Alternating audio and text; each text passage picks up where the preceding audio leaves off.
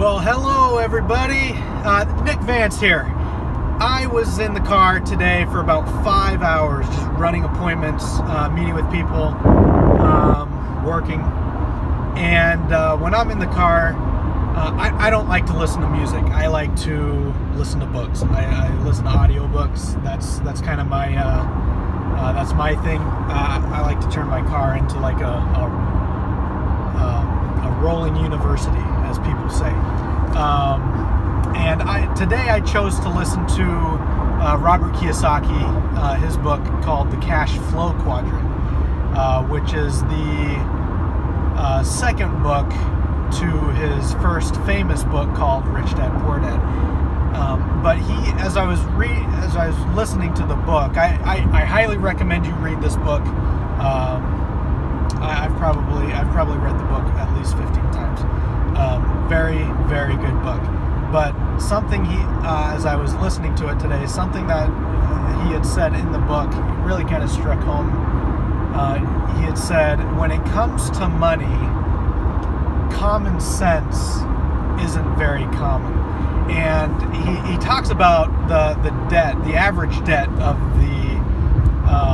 the typical person. The debt that you carry in your life, and honestly, some of the government and bank programs that actually benefit you or reward you for going into debt. Have you ever stopped to think about why the government and why banks are actually rewarding you for going into debt? Have you ever stopped to think about that? Like, people say, hey, buy a bigger home than you typically can afford, because come April during tax time you'll get a bigger tax return. How much sense does that make? That makes zero sense. No sense at all. Buy a home that you can't afford so you can get a little bit of a tax break. That's ludicrous. That's crazy. That really is crazy. And it's nuts to me. It's the other thing is, some people. I grew up in an educator family. My mother was an educator.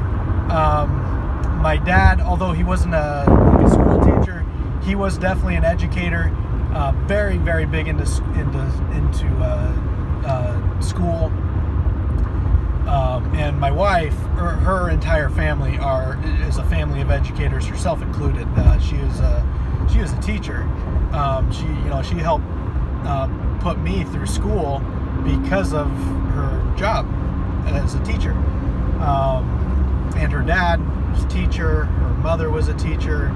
All of her siblings are teachers, or were teachers at one time. So anyway, I come from my background is very much education.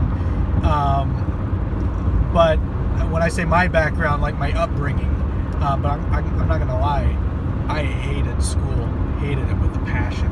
I love learning, but I hate school.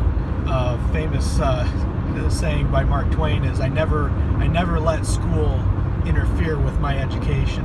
I like to think I took that to heart. I love learning, but I hated school. But with that said, why are we going through all these years of school? Why are we going into college? All these years studying to become an employee, to get a job. But the one class that colleges do not teach that they should is financial education. How do you handle finances? How do you set up a budget? Why should you set up a budget? Again, when it comes to money, common sense is not very common. People buy things that they should not buy.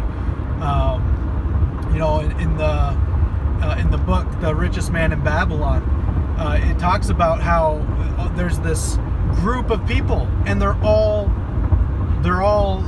in financial peril, if you will. They're not in a good financial situation, and with their current situation, the instructor, there's a wealthy man that's teaching these people about financial freedom and how to become financially free. And he says, do you all earn the same amount of money? And obviously the answer is no.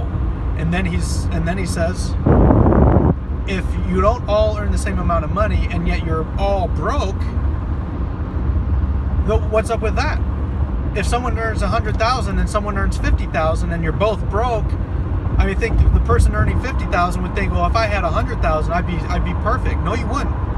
No, you wouldn't. In this book, The Richest Man in Babylon, he talks about how your expenses will always increase as your income increases, unless, as he says, unless you protest to the contrary. You just have to control your expenses. I like to call it playing defense. You have to play good defense. So as you're going through your life and as you're going through your finances, one, I encourage you to go through your finances. Add up your numbers. Figure out what those numbers mean. And then count up your expenses. Chart them. What are you spending money on? I challenge you to go an entire month. Out of 100 people, if 100 people are challenged to do this, maybe 5 will do it, maybe. But I challenge you to go an entire month, and every single time you spend a penny, you write it down, how much you spent and what it was on. At the end of the month, it will be incredibly enlightening. Anyway, best wishes to you on your financial journey. Do not become a slave to money. Let money become a slave to you.